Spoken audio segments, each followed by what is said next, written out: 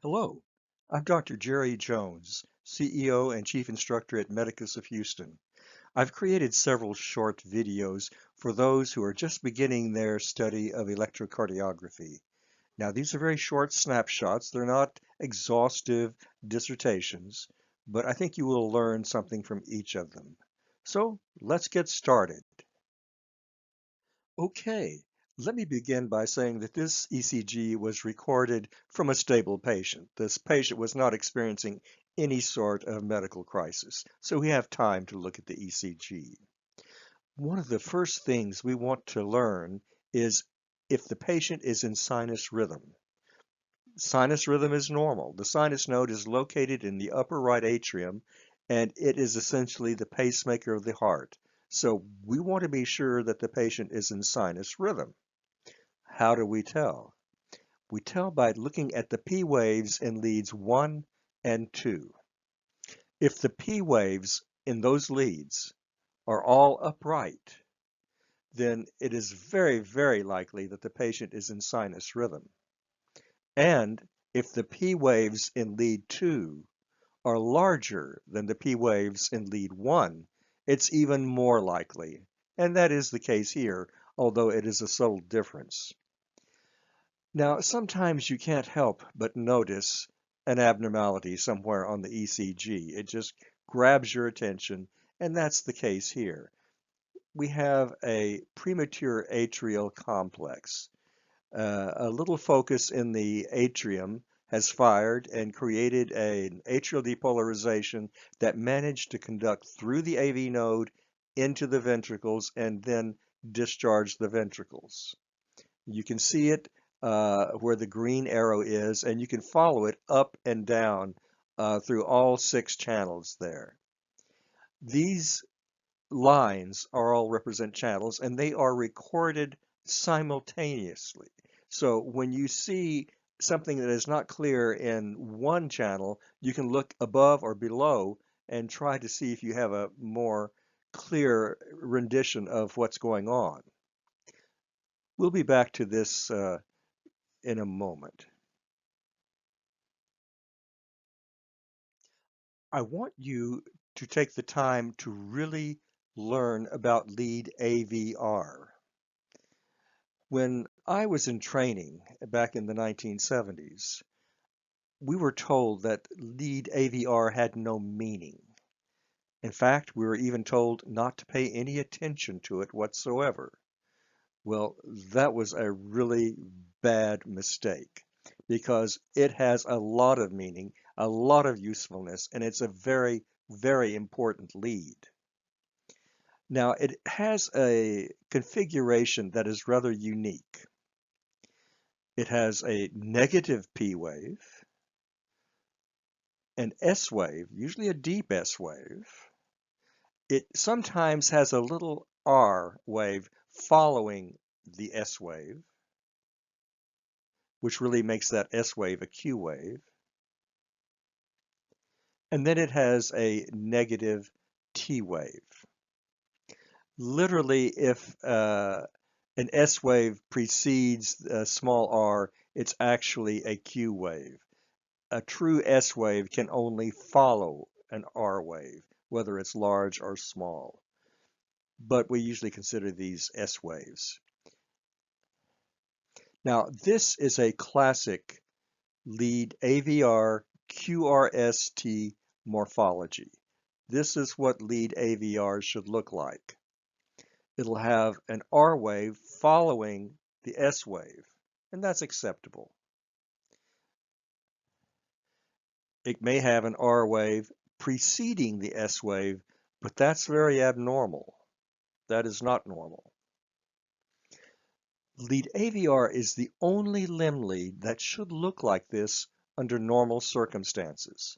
None of the other limb leads should look this way, and that's leads 1, 2, 3, AVL, and AVF. Neither lead AVL nor AVF should ever look like this. If so, consider a lead wire switch being present. Okay, you will note that the R wave in lead 2 is by far the tallest R wave of all the limb leads. And the limb leads are leads 1, 2, 3, AVR, AVL, and AVF.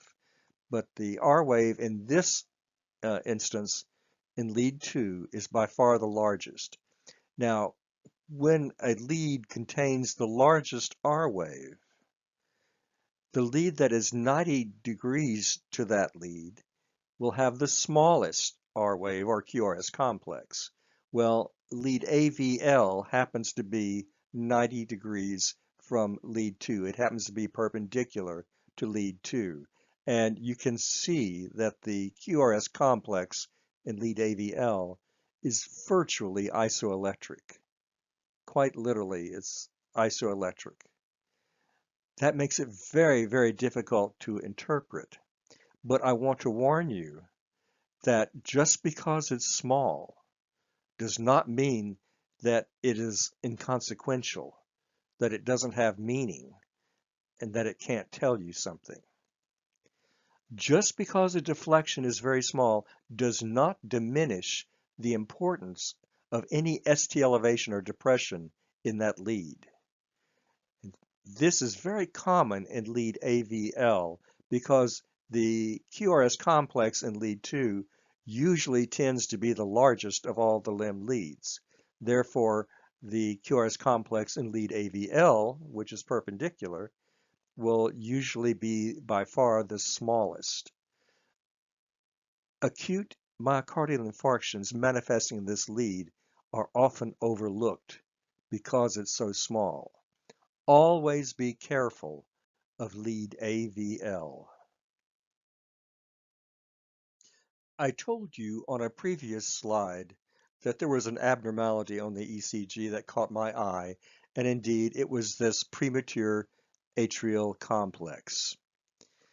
Now, if it's a premature atrial complex, that means there is a P wave there. In fact, the P wave is the premature atrial complex, not the QRS.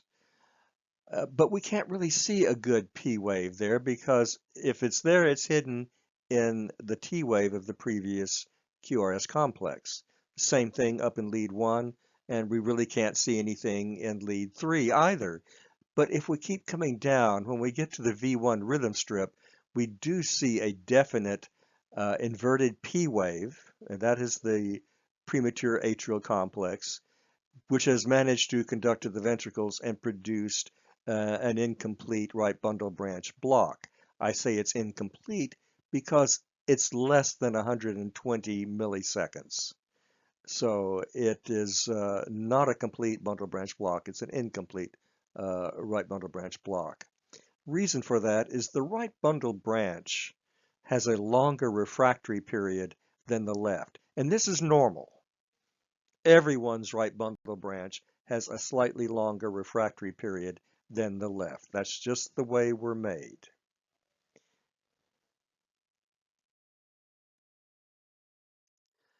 Now, I'm glad that this PAC appeared where it did in the first portion of the ECG, because when we came down to the V1 rhythm strip, we got a much better clarification of what was happening.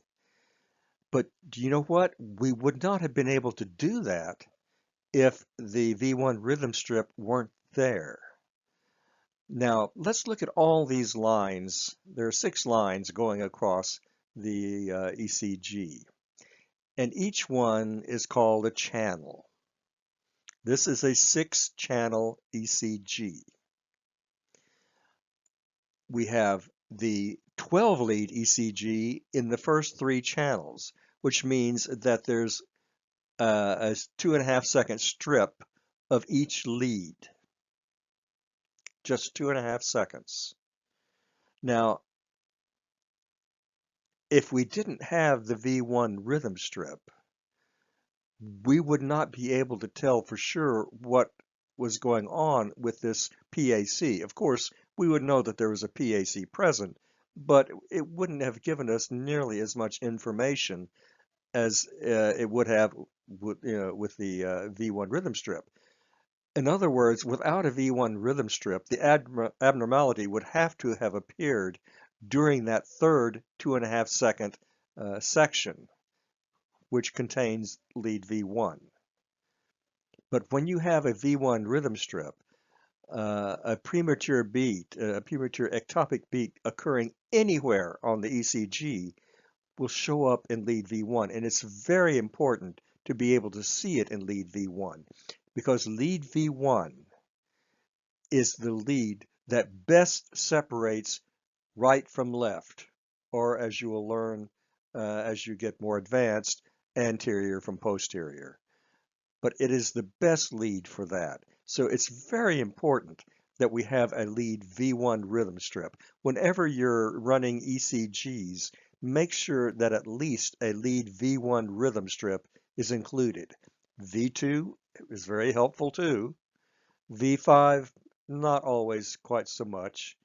Uh, where this helps really is when there's a bit of artifact, let's say towards the end of the strip. You might want to see something in lead V5 or V6.